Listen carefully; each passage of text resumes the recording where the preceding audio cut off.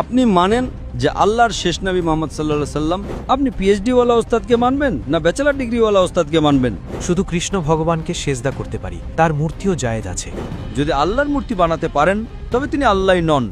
ওয়ালাম ইয়াকুল লাহু কুফুয়ান আহাদ। হৃদয়ের প্রশান্তি।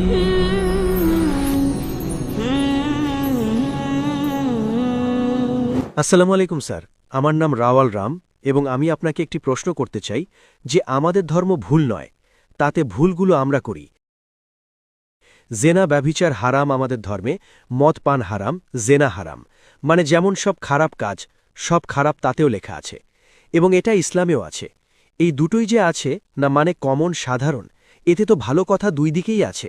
এবং শুধু এই ভিত্তিতে আমাদের দোজকে ফেলা হবে যে আমরা শুধু কলমা পড়ি না, অন্যথায় আমাদের মধ্যেও ওই জিনিসগুলোই আছে, শুধু ইবাদতের পদ্ধতি আলাদা, বাকি সব একই। এটাই প্রশ্ন। ভাই সাহেব, আপনার নাম কি? রাওয়াল রাম। রাওয়াল রাম। জি জি। রাওয়াল রাম একটি ভালো প্রশ্ন করেছেন। তিনি বলেছেন যে তাদের ধর্মীয় কিতাব জেনা হারাম। একদম ঠিক বলেছেন।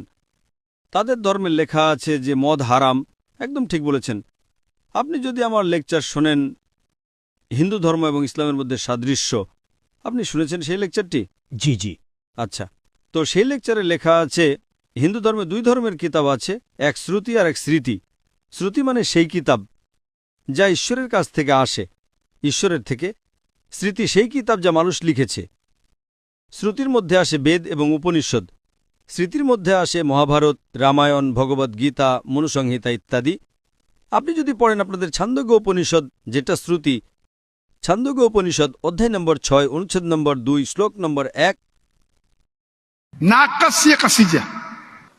ভগবান একজনই, দ্বিতীয় কেউ নেই। একদম সঠিক।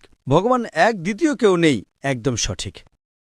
আপনাদের কিতাবে লেখা আছে শ্বেতাশ্বেতার উপনিষদ অধ্যায় নম্বর 6, শ্লোক নম্বর 9, নাকাসিয়া কাসিজ জানিতানা পাদিপা। নাকাসিয়া কাসিজ জানিতানা চদিপা।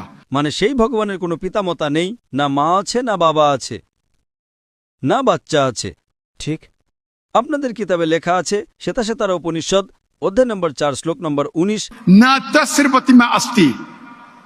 মানে প্রতিমা মানে সংস্কৃতের প্রতিচ্ছবি, ছবি, ফটো, স্ট্যাচু, আইডল, পেইন্টিং। না তস্র প্রতিমা আস্তি। সেই ভগবানের কোনো প্রতিচ্ছবি নেই, কোনো পেইন্টিং নেই, কোনো ছবি নেই, কোনো ফটো নেই, কোনো স্ট্যাচু নেই, কোনো ভাস্কর্য নেই। এটা লেখা আছে যজুর্বেদ অধ্যায় নম্বর 32, শ্লোক নম্বর 3-এও। না তস্র প্রতিমা আস্তি। তো আপনি যদি ভগবানকে